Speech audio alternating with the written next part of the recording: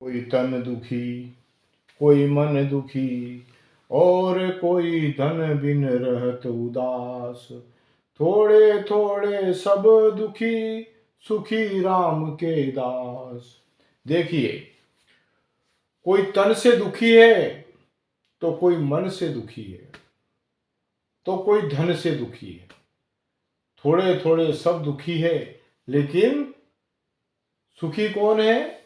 जो भगवान कृष्ण से जुड़ गया, जो भगवान राम से जुड़ गया, जो भगवान की भक्ति में लीन हो गया, वो राम का दास बन गया।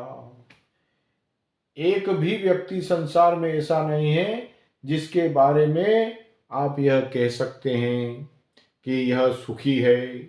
कोई भी व्यक्ति संसार में सुखी नहीं है। जो छाती पर हाथ धर कर कहे कि मैं सुखी हूं, बताइए बहनों भाइयों, क्या आप अपनी छाती पर हाथ रखकर कह सकते हैं कि मैं सुखी हूं? सुखी वही है जो श्री कृष्ण का भक्त है। सुखी वही है जो राम का नाम लेता है। सुखी वही है जो भगवान में लीन रहता है, सदा ईश्वर की कृपा में बना रहता है और ईश्वर का नाम लेता रहता है। वही व्यक्ति सुखी है। सत्य के मार्ग पर चलने वाला व्यक्ति सुखी है। तो बहनों भाइयों, यह भागवत कथा का वाचन चल रहा है। 5-5 हजार करोड़ का टर्नओवर करते हैं, 200 करोड़ का टर्नओवर हर महीने कर रहे हैं, लेकिन खाते क्या हैं? देखिए, बड़े बड़े बिल्डर 5-5 करोड़ रुपए का टर्नओवर करते हैं, लाख लाख रुपए रोज कमाते हैं व्यापारी, लेकिन वो खाते क्या हैं? अरे भैया, वो खाते हैं दाल जिसमें जीरा और काली मिर्च और राई रहती है। और वो काली मिर्च को भी जब खाते हैं तो उसको उस दाल के अंदर से निकाल देते हैं, क्योंकि उनको डॉक्टर ने बताया है। क्या बताया है? कि भैया आपको फीका खाना है, मिर्ची कम खाना है, आपको शुगर है, आपको ब्लड प्रेशर है। और कमा कितने रहे हैं? रोज के 5 करोड़ रुपए का टर्नओवर है, लेकिन खाने में 2 फुलके खा रहे हैं और दाल फीकी उबली हुई खा रहे हैं। तो बताइए, ये क्या सुख है?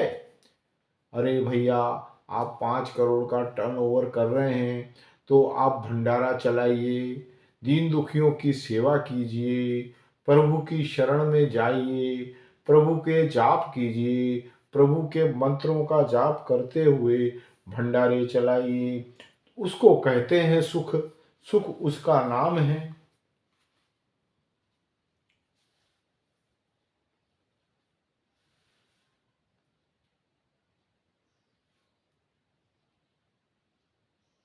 किसी को किसी की बात की कोई कमी नहीं है। अनंत संपत्ति है, बड़ी बड़ी इंडस्ट्रियां हैं, लेकिन मानसिक चिंता है। मन में चिंता घुसी हुई है, मेरा लड़का क्या कर रहा है, मेरी लड़की की शादी नहीं हुई है, पिताजी चाहते हैं कि अच्छे खानदान के संबंध करूं, बड़े भक्त खानदान में बेटे का विवाह होगा, बड़े प्रतिष्ठित परिवार से विवाह करूंगा, और बेटा घर की नौकरानी को लेकर के भाग गया। देखिए, बड़े बड़े घरों में क्या होता है कि पैसे कमाने में लगे रहते हैं। पैसा पैसा पैसा, बड़े बड़े घरों में। अब पैसा पैसा करते हैं तो पैसे पैसे में भैया लड़के की शादी नहीं हुई, उम्र गुजर रही है। तो अब उम्र गुजर रही तो लड़का क्या करेगा? समय पे शादी नहीं होगी तो धीरे धीरे उसने क्या करा, अपनी जो नौकरानी है उससे संबंध बना लिया। पिता को मालूम नहीं, माता को मालूम नहीं, और उस नौकरानी से संबंध बना लिया। अब पैसे की कोई कमी नहीं है, और पिताजी इधर सोच रहे हैं पैसा इकट्ठा हो गया है, अब लड़के की शादी के लिए लड़की देखने के लिए चलते हैं, कहीं बुलाते हैं, कोई अच्छी लड़की मिले, कोई संस्कारी लड़की मिले और कोई अच्छा घर संभालने वाली लड़की मिले जो हमारी भी सेवा करे और हमारे पुत्र के साथ में शांति से रहे। इधर पता चला पिता को कि नौकरानी को लेकर ही बेटा भाग गया। बताइए उस धन का अब आप क्या करेंगे? वो सेठ उस धन का क्या करेगा जो 5-5 करोड़ के टर्नओवर हो रहे हैं? उस धन का वो सेठ क्या करेगा जब लड़का ही लड़की नौकरानी को लेकर के भाग गया? तो ऐसे वृतांत चलते हैं घरों में, तो थोड़ा आप ध्यान रखें और सावधानी से रहें। और कोर्ट मैरिज कर ली नौकरानी से, अब पिता जो चाहे कुछ भी करो, बेटे ने तो कर ली शादी, सब कुछ है, लेकिन मन में बड़ी बेचैनी। अब पिता को मन में बेचैनी है, कभी बेटी नहीं सुनती, कभी बेटा नहीं सुनता, कभी ऐसा चाहते थे, कभी वैसा चाहते थे, और कोई धन बिना रहत उदास। अच्छा, अब ये तो इनका धन की बात सुनाई आपको। अब कोई रहता है धन के बिना उदास, बेचारा दिन भर मजदूरी करता है। एक व्यक्ति दिन भर मजदूरी करता है, पत्थर तोड़ता है, ईंटें तोड़ता है, मकान बनवाता है और बड़ी बड़ी मल्टी स्टोरी बिल्डिंग बनवाता है, पुताई करता है, डिस्टेम्बर से घर को सजाता है, इतनी जान जोखिम में डालकर काम करता है। शाम को 50 रुपए मजदूरी के मिले, शाम को 50 रुपए मजदूरी के मिले, बेटा को करो थाली में अन्न आपको प्राप्त होता है, भोजन में उसका एक भी कण बर्बाद न जावे, इसका प्रयास करो। खिलाने पत्नी को खिलावे या आप खावे, किसी को भी सुख नहीं। सुख किसको है? तो सुख भैया केवल राम के दास को है। देखिए, पैसे वाले को भी सुख नहीं है और जो 50 रुपए रोज मजदूरी के कमा के ला रहा है उसको भी सुख नहीं। पैसे वाले की तो बेटा नौकरानी लेकर के भाग गया तो उसका तो सब कुछ चला गया। अब इधर क्या होता है कि इधर मजदूरी करने वाला बिल्डिंग बनाता है, पेंटिंग करता है, डिस्टेम्बर पोतता है मकान पे, शाम को 50 रुपए लेकर के घर जाता है। 50 रुपए में वो पत्नी की क्या लावे, क्या खिलावे? तो वो भी परेशान है, दुखी है। सुखी कौन बताया है? सुखी बताया है श्रीमद् भागवत कथा में, जो भगवान का नाम स्मरण करे, जो भगवान को याद करे, राम का नाम लेवे, कृष्ण का नाम लेवे, वो सुखी है। प्रभु स्वयं उसकी मदद सदा करते हैं।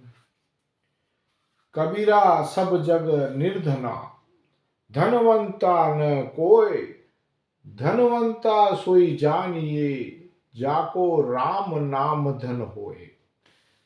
धनी तो वही है जिसके पास राम का धन है, गोविंद के नाम का धन है, और जिसने कमा लिया वह सबसे बड़ा धनी है। राम का नाम जिसने कमा लिया, कृष्ण का नाम जिसने कमा लिया, वो ही सबसे बड़ा धनी है। यह भागवत कथा कहती है। आध्यात्मिक ताप। अब आध्यात्मिक ताप प्रभु की सेवा में लगा हुआ है, उसको आध्यात्मिक ताप कहते हैं। आदि वैदिक ताप तथा आदि भौतिक ताप, तीनों को विनष्ट करने की जिन श्री कृष्ण नाम में शक्ति है, ऐसे श्री कृष्ण को हम प्रणाम करते हैं।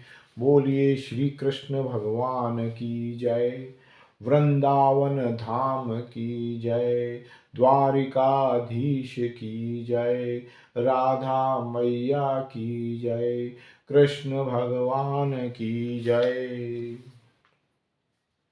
श्री कृष्णाय वयम नमः। श्री भागवत के प्रधान देव तो श्री गोविंद हैं। भागवत के प्रधान देव, भागवत के मुखिया कौन है? श्री गोविंद कृष्ण मुरारी, ये भागवत के देव हैं, प्रधान देव, मुखिया हैं।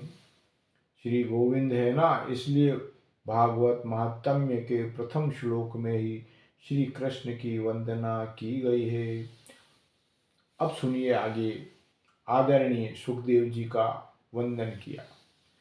जिन आचार्य सुखदेव जी ने जन्म लेते ही संन्यास ग्रहण कर लिया था, सीधे वन की ओर चले गए थे। पुत्र पुत्र कहते महर्षि वेदव्यास जिनके पीछे चल रहे हैं। वेदव्यास के पुत्र सुखदेव, तो कहते हैं महर्षि वेदव्यास जिनके पीछे पीछे पुत्र पुत्र कह के चल रहे हैं, परंतु आचार्य सुखदेव को लौटा कर लाने की जिनमें सामर्थ्य नहीं रही, ऐसे परम वंदनीय सर्वभूत हृदय श्री सुखदेव जी का हम वंदन करते हैं, हृदय से उनको प्रणाम करते हैं। सज्जनों, जैसे हम इस पवित्र भूमि पर बैठकर भागवत श्रवण के लिए एकत्रित हुए हैं, ऐसे ही पुराणों की विद्या के लिए परम एकांत, परम शांति का स्थान जो है उसे कहते हैं नेमिषारण्य।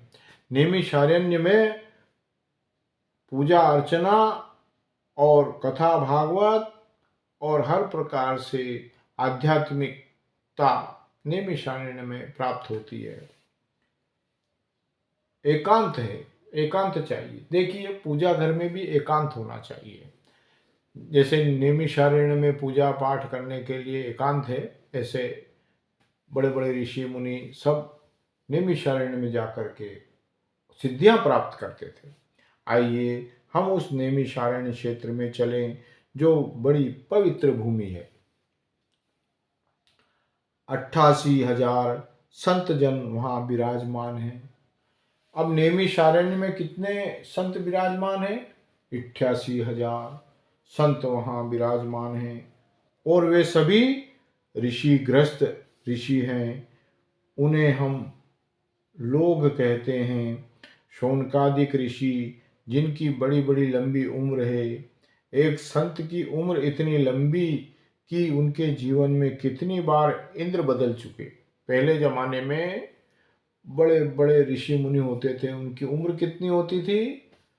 वर्षों बीत जाते, और संत की उम्रें बदल जाती। शौनकादि ऋषि जिनकी उम्र बड़ी बड़ी लंबी उम्र है, एक संत की उम्र इतनी लंबी कि उनके जीवन में कितनी बार इंद्र बदल चुके, कितनी बार इंद्र बदल गए, इतनी लंबी उम्र। एक सदग्रस्त इतनी लंबी उम्र वाले, जो जीवन को कई चतुर्युगियों को देख चुके, सतयुग, त्रेता युग, द्वापर युग, कल युग कई बदल चुके, लेकिन उन संत की उम्र इतनी लंबी। शौनकादिक ऋषि उनका नाम है। शौनकादिक ऋषि की उम्र जो है, इतनी उम्र बदली, मतलब इतने युग बदल गए, लेकिन शौनकादिक ऋषि जीवित रहे। ऐसे में 88,000 संत जन अपने नित्य कर्म से निवृत्त होकर प्रातः काल जब बैठे थे, बस उन संतों की मंडली में श्री सूत जी का आगमन हुआ।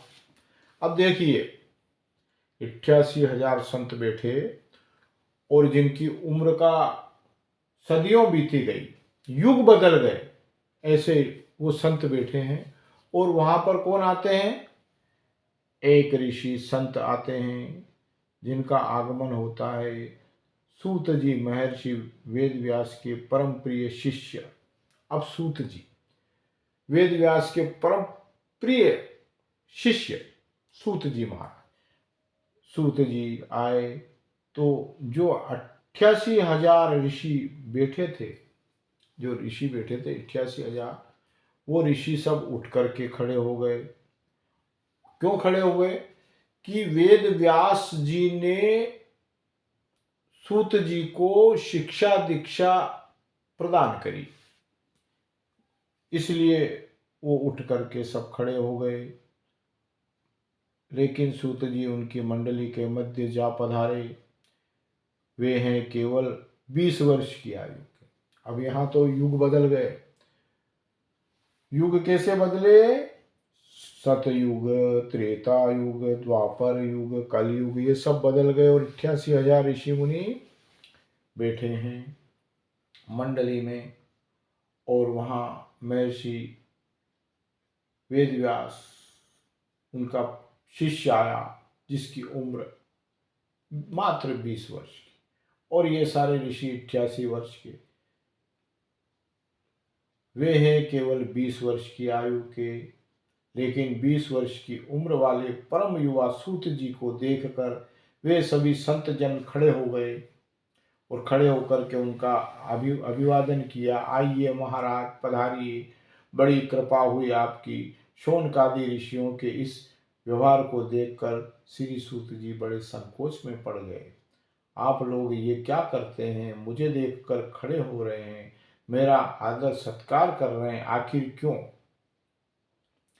सूत जी, आप उम्र में छोटे हैं तो क्या हुआ? शास्त्र कहता है, धन वृद्धा, बल वृद्धा, आयुर्वृद्धा तथैव च, ते सर्वेऽपि ज्ञान वृद्धाश्च किंकिरा शिष्य किंकिरा। कोई बल में बड़ा होता है, कोई आयु में बड़ा होता है, कोई कदाचित धन में बड़ा होता है, किंतु जो ज्ञान में बड़े होते हैं वो तो सबसे बड़े होते हैं। ये ऋषियों ने उनको कहा। इसलिए सूत जी, आप देखने में छोटे लगते हैं, लेकिन अज्ञान रूपी अंधकार को मानव के हृदय में बैठा हुआ है, उसे दूर करने में आप करोड़ों सूर्य के समान हैं। आप हमें कोई ऐसी कथा सुनाएं जिससे संसार के लोगों के कष्ट की निवृत्ति हो जाए और गोविंद की प्राप्ति हो जाए। देखिए, अब मैं आपको कुछ वास्तु के उपाय के बारे में कुछ बताता हूँ, क्योंकि कथा भागवत में कथा भी चलना चाहिए और घर के अंदर क्या दोष है उसका भी निवारण होना चाहिए। तो बहनों भाइयों, मेरा आपसे यह निवेदन है, ये प्रार्थना है कि आप सुनते रहें और वाचन करते रहें और अपने जीवन में इन सब बातों को उतारते रहें। तो देखिए, वास्तु का मनुष्य के जीवन में बहुत ही बड़ा महत्व है। तो अब मैं आपको ये बताता हूँ सर्वप्रथम कि ईशान कोण में पूजा स्थान का क्या महत्व है। देखिए, ईशान कोण उत्तर पूर्व का कोना होता है।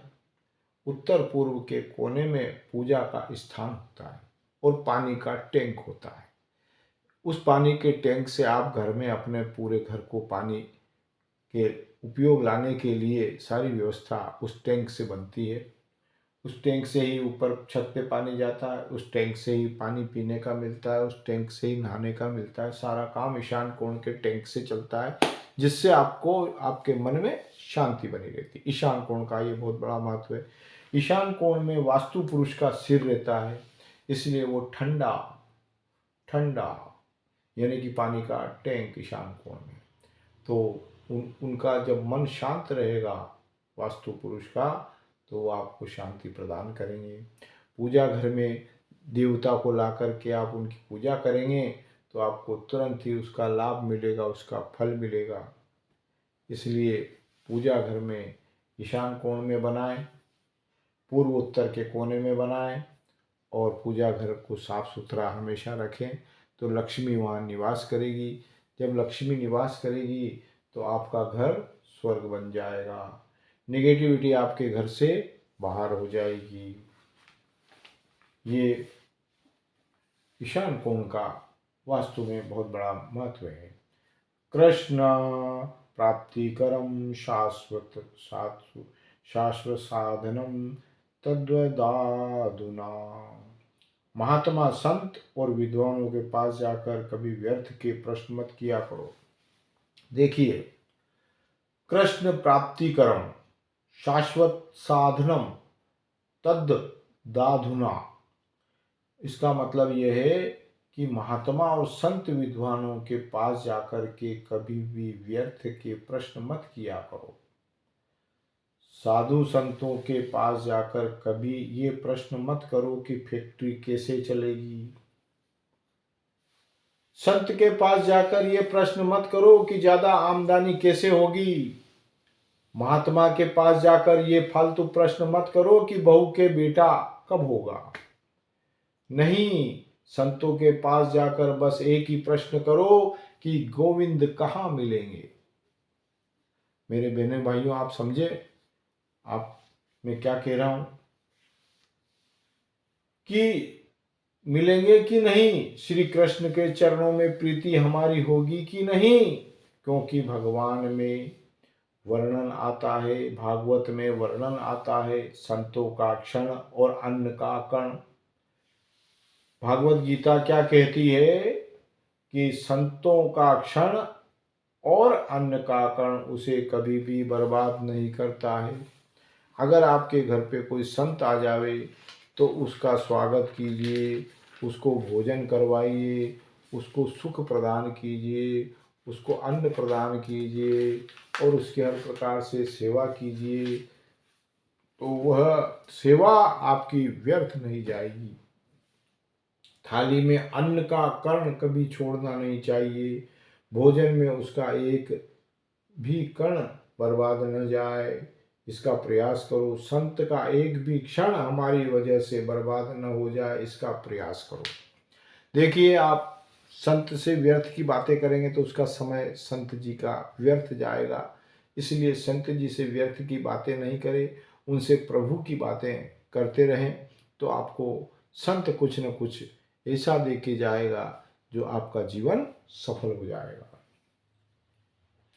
शौनकादि ऋषियों ने सूत जी से यही पूछा कि संसार के लोगों को कृष्ण की प्राप्ति कैसे हो। शौनकादि ऋषियों ने, अब 88,000 ऋषि जो थे, उन्होंने सूत जी से क्या पूछा कि संसार के लोगों को कृष्ण की प्राप्ति कब होगी, ऐसा साधन बताओ कि गोविंद से कैसे मिलन हो। इसको सुनकर सूत जी महाराज गदगद हो गए और ऋषियों से बोले, आपने बिल्कुल सही प्रश्न पूछा है। हम लोग जन्म लेते हैं, बड़े होते हैं, लंबे होते हैं, युवा होते हैं, वृद्ध होते हैं और मर जाते हैं। जीवन के पहलुओं को हमने कभी समझने का प्रयास ही नहीं किया। लोग जीवन को ऐसे ही बर्बाद कर देते हैं। कितने लोग ऐसे हैं जिन्हें मैं जानता हूँ जो ताश खेलते हैं ना, रविवार के दिन जब ताश खेलते हैं तो 10 घंटे कब निकले पता ही नहीं चलता है, उन्हें पता नहीं चलता है। और वही लोग गलती से यदि कथा में आकर बैठ जावे तो 3 घंटे में 50 बार घड़ी घड़ी उठते हैं, देखते हैं कब जल्दी 12 बजे, कब कथा खत्म हो, कब छुट्टी हो। संसार के कार्यों में हमारी दुष्ट प्रवृत्तियां इतनी बढ़ रही है कि कथा भागवत की तरफ हमारा ध्यान ही नहीं है और भगवत कार्यों में संकोच होता है। हाँ भाई, उनके यहाँ से निमंत्रण आया था सो कथा में जाना पड़ेगा। कथा में आए, लिफाफा बढ़ाया, चढ़ाया, दिया और चल दिए। बोलिए जय श्री कृष्ण भगवान की जय। ये जो प्रवृत्ति हमारी हो गई है, यह केवल समय का दुरुपयोग है। और शौनकादि ऋषि कहते हैं, काल व्याल मुख ग्रास त्रास निर्नाश हेतवे। हमारा जीवन क्या है? देखिए, काल व्याल मुख ग्रास त्रास निर्नाश हेतवे। हमारा जीवन क्या है? ध्यान दिए, एक बहुत बड़ा अजगर सर्प है हमारा जीवन। और अजगर सर्प ने अपने विशाल मुंह को खोल कर रखा हुआ है और उसके मुंह में मैं बैठा हूं। अब मेरा शरीर सुरक्षित कब तक है? जब तक वो अजगर अपना मुंह बंद नहीं कर ले तब तक। जैसे ही मुंह बंद अजगर ने किया, तुरंत ही मेरी मृत्यु हो जाएगी, उस अजगर के समान। मेरा जीवन है। ऐसे ही काल रूपी सर्प के मुंह के हम ग्रास बने हुए हैं। मैं आपको अभी 11:30 बजे कथा सुना रहा हूँ। देखिए, मैं आपको अभी जो कथा सुना रहा हूँ वो समय हो रहा है लगभग 1 बज रही है। तो अब मैं 1 बजे की कथा आपको सुना रहा हूँ। तो सुनिए, कथा सुना रहा हूँ। 11:31 पर मैं आपको कथा सुना पाऊंगा कि नहीं। 1:01 पर मैं आपको कथा सुना पाऊंगा कि नहीं, यह मुझे पता नहीं है। इसकी गारंटी मेरे पास नहीं है। अभिमान हम बहुत ऊंचा करते हैं। देखिए, मनुष्य क्या करता है जीवन में, लगा रहता है। जैसे पैसा आया और तुरंत बाजार गया। सामान 100 बरस का, पल की खबर नहीं, ये बोलते हैं सूत जी महाराज। सामान 100 बरस का, पल की खबर नहीं। सामान लेके आए, फ्रिज ले आए, कूलर ले आए, सब कुछ लेकर के घर में आए, पल की तो खबर ही नहीं है भैया। अभी मैंने आपको बताया 1:01 पर मैं कथा सुना पाऊंगा या नहीं। मेरी बोलती बंद हो जाएगी तो क्या कथा का महत्व है। मैं तो खुद ही भगवान की शरण में चला गया। तो इस प्रकार से मनुष्य को सोचना चाहिए। सामान 100 बरस का, 100 बरस के लिए सामान लिया है, लेकिन सामान लाए और पता लगा कि चले गए। कहाँ चले गए? ईश्वर की शरण में। तो इसलिए भाइयों बहनों, ईश्वर से जुड़ो, अधिक से अधिक ईश्वर से जुड़ो। मैं ये नहीं कहता हूँ कि आप सामान घर में नहीं लाओ, सामान भी लाओ, सब लाना है, सब चलता है, सब अपने परिवार में सब कुछ लेके चलना है, लेकिन ईश्वर से अवश्य जुड़ना है। श्री कृष्ण धाम की जय, राधा मैया की जय, वृंदावन धाम की जय। रात को 9 बजे एसी चलाकर कमरे में विश्राम कर रहे थे सेठ जी, और विचार करने लगे, बहुत दिन हो गए ये व्यापार करते करते, अब कुछ नया दूसरा व्यापार करना है। मन बोला, क्यों करोगे? अब मन बोलता है, क्यों करोगे? बोले, वो हाईवे के बगल में 28 एकड़ जमीन है, कल उसे खरीद लेता हूँ, रजिस्ट्री करा लेता हूँ। तो मन कहता है, फिर क्या करोगे? अरे उसमें इंडस्ट्रीज फैक्ट्री लगाएंगे, 200-400 लोग उसमें काम करेंगे, फिर क्या? फिर मन बोलता है, क्या करोगे फिर? तो फिर क्या करेंगे? धनिकों की लिस्ट में मेरा नाम हो जाएगा, कलकत्ता में नाश्ता करेंगे, दोपहर का भोजन बम्बई में करेंगे, रात्रि विश्राम दिल्ली में करेंगे। फिर क्या होगा? फिर हमारे इशू निकलेंगे, शेयर मार्केट में हमारा नाम हो जाएगा। हम 9:30 बजे लेटे लेटे सोच रहे हैं, और 9:45 पता चला हार्ट अटैक फेल हो गया और सेठ जी ऊपर चले गए। तो सोचना विचारना सब ऐसे ही गया। नहि कश्चित् क्षणमपि जातु तिष्ठत्य कर्म कृत, कार्यते व्यवश कर्म गुणे स्वाभाविकेर्बलात्। ये मानव की सबसे बड़ी भ्रांति है। ये मानव की सबसे बड़ी भ्रांति है। अब क्या भ्रांति है? देखिए आप, कि वो चिंता ज्यादा करता है, चिंतन नहीं करता। प्रभु की शरण में चिंतन नहीं करता है, चिंता करता है, परिवार की चिंता। जीवन में चिंता को मिटाओ और चिंतन को बढ़ाओ, यही मुक्ति का साधन है। अब चिंतन कैसे बढ़े और चिंता से मुक्ति कैसे मिले, ये सिखाता है हमें श्री भागवत कथा ग्रंथ। श्रीमद् भागवत धाम की जय। ये भागवत महान सदग्रंथ है, यही मुक्ति प्रदान करता है।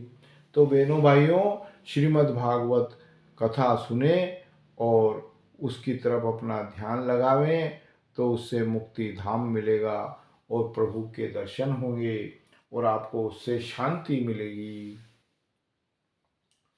श्री सूत जी कहते हैं, भागवत की कथा श्रवण का अधिकार तो कभी कभी देवताओं को भी नहीं मिलता है। सूत जी क्या बोलते हैं? 20 साल की उम्र है और बोलते हैं कि भागवत श्रीमद् भागवत कथा का श्रवण करने का मौका तो देवताओं को भी कभी कभी नहीं मिलता है। तो एक बार देवताओं को जब पता चला कि राजा ऋषि परीक्षित को शुकदेव भागवत रूपी अमृत पिला रहे हैं। अब देखिए क्या होता है। देवताओं को जब पता चला कि राज ऋषि परीक्षित को शुकदेव भागवत रूपी अमृत पिला रहे हैं, वे अपने यहाँ से अमृत कलश को लेकर आए। शुकदेव से बोले, इसको अदला बदली कर लीजिए एवं विनिमये जाते सुधाराज्ञा प्रपीयताम प्रपास्यामो व्ययम सर्वे श्रीमद्भागवतामृतम।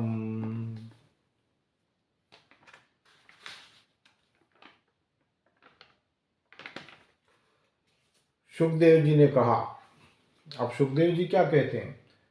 कहा स्वर्ग का अमृत और कहा श्रीमद् भागवत, दोनों की बराबरी एक संग कैसे हो सकती है? स्वर्ग में जाकर वहां के अमृत का पान करने के बाद भी व्यक्ति को गिरना पड़ता है और पुनरपि जन्म पुनरपि मरण पुनरपि जननी जठरे शयनम। लेकिन भागवतामृत का पान जिसने कर लिया उसको तो आवागमन का कुचक्र हमेशा के लिए मिट जाता है, आवागमन की छुट्टी हो जाती है। इसलिए बहनों भाइयों, मैं आपसे बड़े बुजुर्गों यही कहता हूँ कि भागवत धाम में हमेशा मुक्ति होती है। इसलिए भागवत को, श्रीमद् भागवत कथा को आप कहीं भी हो उसको अवश्य सुने। उसके सुनने से आपके जन्म और मरण का फंदा छूट जाएगा। आप स्वयं ही प्रभु की शरण में निवास करने लग जाएंगे। अभक्तास्ताश्च विज्ञाय न ददोस कथामृतं, श्रीमद्भागवती वार्ता सुराणामपि दुर्लभा। श्री सुखदेव जी ने देवताओं को अभक्त समझा और भागवत कथा अमृत का दान उनको नहीं किया। सुखदेव जी ने ईश्वर को, प्रभु को, देवताओं को भागवत का अमृत पान नहीं पिलाया। वही भागवत कथा अमृत में आप लोगों को श्रवण कराऊंगा। देवताओं ने जब ब्रह्मा जी से शिकायत की और ब्रह्मा ने तराजू लेकर तोलना शुरू किया, एक पलड़े पर दुनिया के समस्त साधनों को रखा और दूसरे पलड़े पर केवल श्रीमद् भागवत जी को विराजमान किया। लघुन्यान्यानि जातानि गौरवेण इदं महत्, तदा ऋषिगणा सर्वे विस्मयं परं ययु। अब 88,000 देवताओं को भागवत कथा सुनाई सूत जी महाराज ने, सुखदेव महाराज ने, और देवताओं को उसका अमृत पान नहीं कराया। तो इन्होंने शिकायत करी। अब इन्होंने शिकायत करी तो शिकायत पर दो पलड़े रखे, एक तरफ तो भागवत गीता रखी और एक तरफ पूरी दुनिया का धन दौलत रख दिया। लेकिन फिर भी भागवत गीता का वजन ज्यादा रहा। श्रीमद् भागवत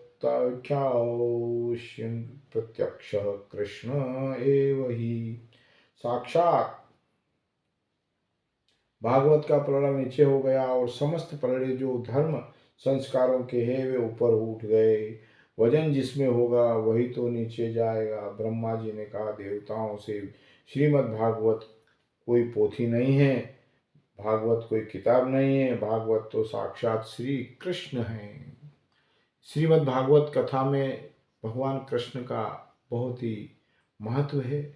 जहाँ भागवत चलती है वहाँ कृष्ण भगवान स्वयं आ जाते हैं और उस घर की दरिद्रता को समाप्त अपने आप ही कर देते हैं। श्रीमद् भागवताख्यो प्रत्यक्ष कृष्ण एव ही। साक्षात कृष्ण स्वरूप श्रीमद् भागवत है। इसका श्रवण करने से जीवन धन्य हो जाता है। नारद जी ने जन जन में इसका प्रचार करने के लिए अपने पिता ब्रह्मा जी से इसका अध्ययन किया था, लेकिन सप्ताह श्रवण की विधि क्या है ये तो नारद ने सनत कुमारों से सुना था। शौनकादिक ऋषि बोले, हमने तो सुना है सनत कुमार ज़्यादा घूमते नहीं और नारद जी कभी एक जगह बैठते नहीं। अब देखो दोनों में विरोधाभास, विरोधाभास देखिए। विरोधाभास क्या है? शौनकादिक ऋषि बोले हमने तो सुना है सनत कुमार जो है वो कभी बाहर नहीं जाते हैं और ज़्यादा घूमते नहीं हैं, बाहर नहीं जाते हैं, और नारद जी कभी एक जगह बैठते नहीं हैं, ये प्रसिद्धि है।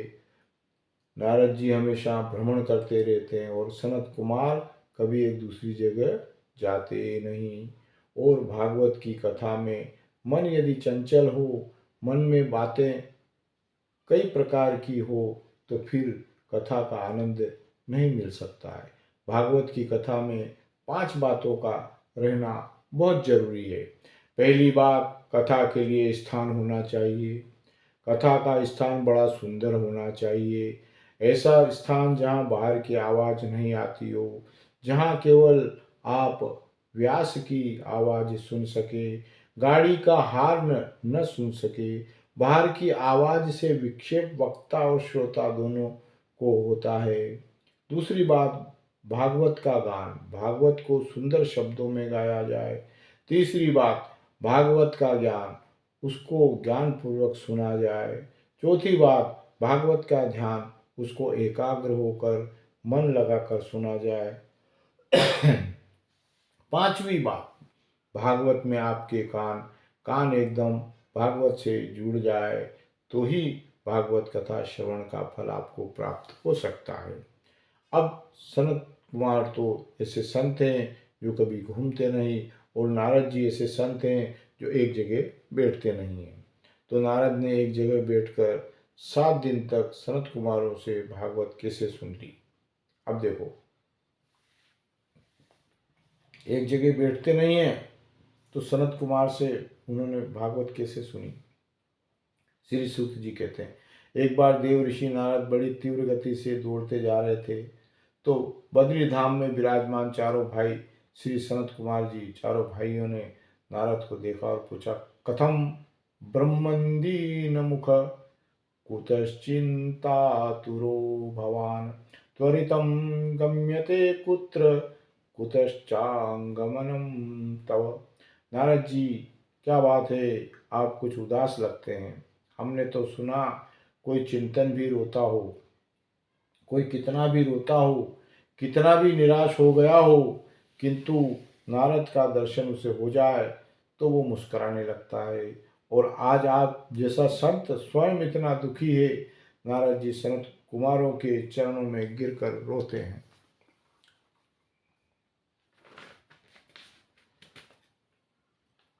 बोले, क्या बताऊं महाराज, अहम तु पृथ्वीं यातो ज्ञात्वा सर्वोत्तम मामीति पुष्करम च प्रयागम च काशीं गोदावरी तथा।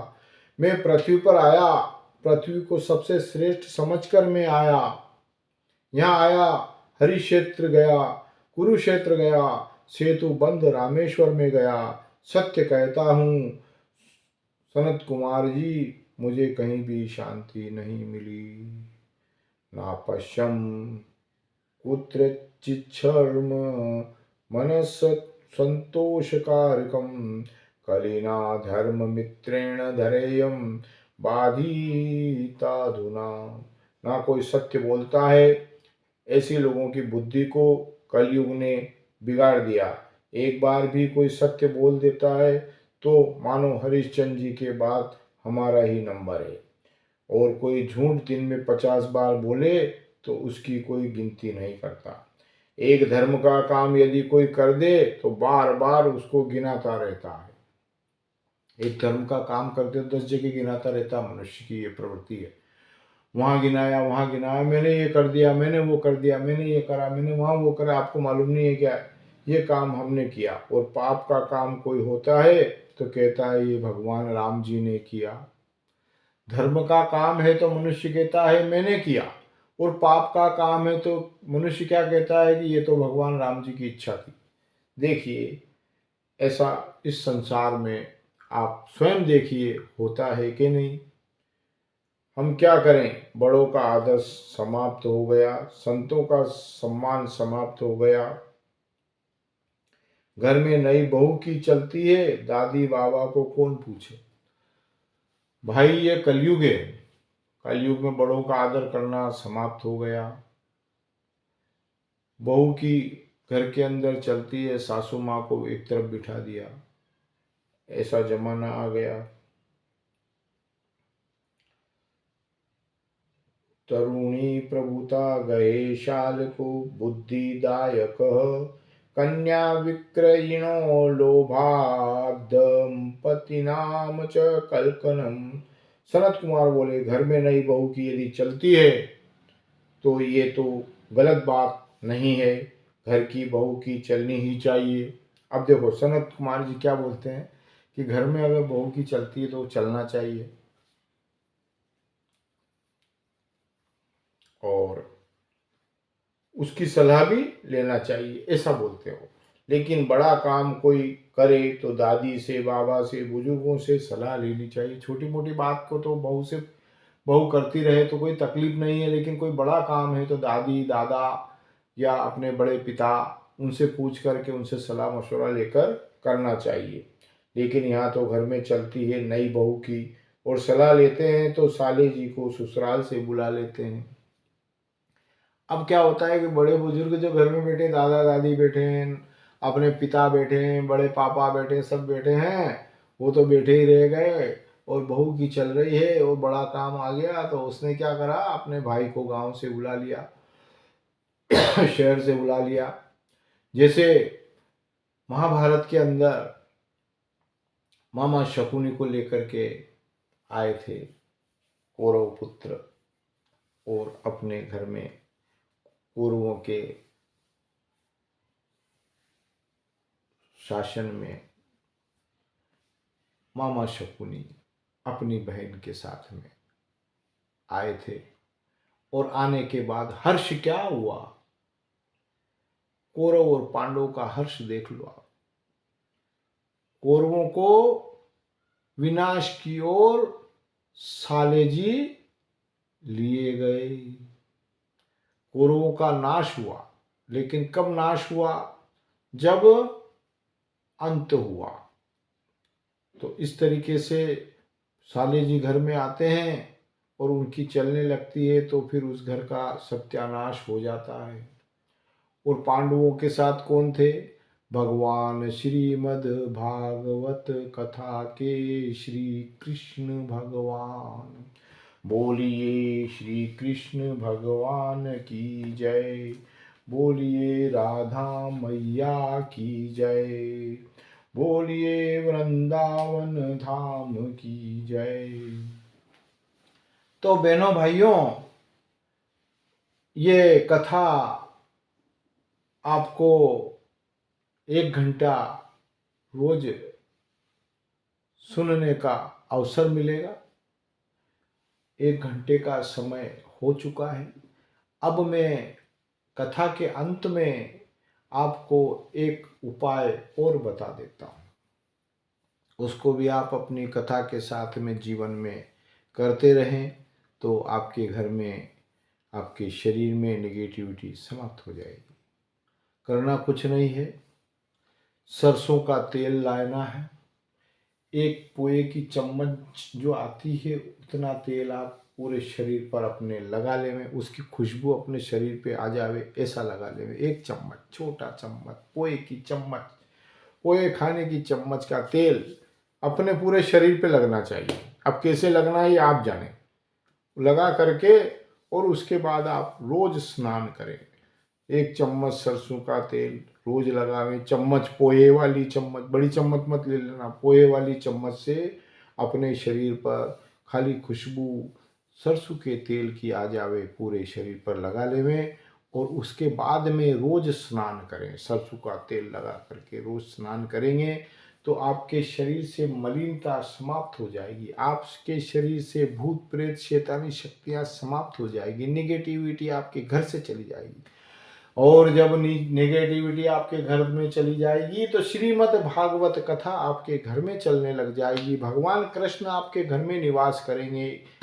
यह प्रभु का कहना है, भगवान श्री कृष्ण का कहना है कि जिस घर में नेगेटिविटी नहीं होती है मैं उस घर में निवास करता हूँ। तो नेगेटिविटी भगाने के लिए आपको मैंने ये उपाय बता दिया, आप इस उपाय को करते रहें और श्रीमद् भागवत कथा का आनंद लेते रहें। और श्रीमद् भागवत कथा से भगवान कृष्ण के दर्शन आपको आपके घर में हो।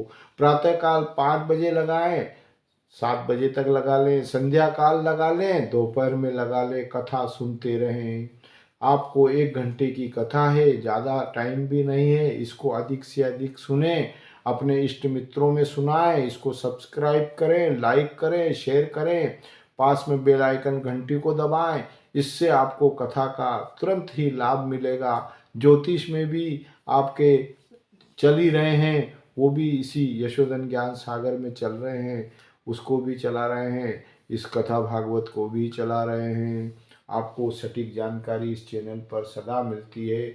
आज ये कथा का पहला दिन है। अब ये कथा कितने दिन तक चलती है ये तो प्रभु के हाथ में है। अब मैं अपनी वाणी को यहीं विराम देता हूँ। बोलिए श्री कृष्ण भगवान की जय, राधा मैया की जय, द्वारकाधीश की जय। जय हो वृंदावन धाम की जय।